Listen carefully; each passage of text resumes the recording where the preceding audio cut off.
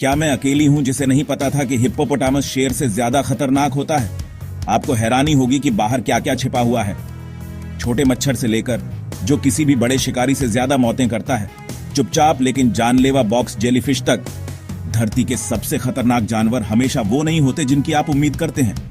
मगरमच्छ जमीन पर आपसे तेज दौड़ सकते हैं और हिप्पो, वे हर साल शार्क से ज्यादा लोगों को मारते हैं। अगली बार जब आप सोचें कि शेर खतरे के राजा हैं, फिर से सोचें, वाइल्ड रहें लेकिन सेफ रहें।